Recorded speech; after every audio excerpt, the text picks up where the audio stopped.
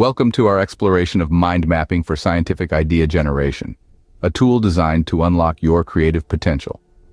Ever wondered how to organize your thoughts more effectively? Mind mapping is the answer. It's a visual thinking tool that can help transform complex ideas into a structured and understandable format.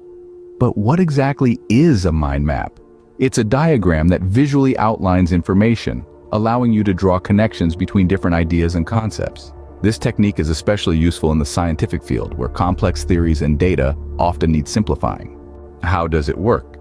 You start with a central idea and then branch out to related topics, creating a spider web of thoughts. This not only helps in better understanding, but also in generating new ideas. So why should you try mind mapping? It encourages a free flow of ideas, helps in problem solving, and can significantly enhance your learning process. For instance, an engineering project on renewable energy systems can start with the central idea of renewable energy system on the mind map. Branches could include solar power, wind energy, and hydroelectric power, with further subdivisions detailing specific technologies, challenges, and potential solutions.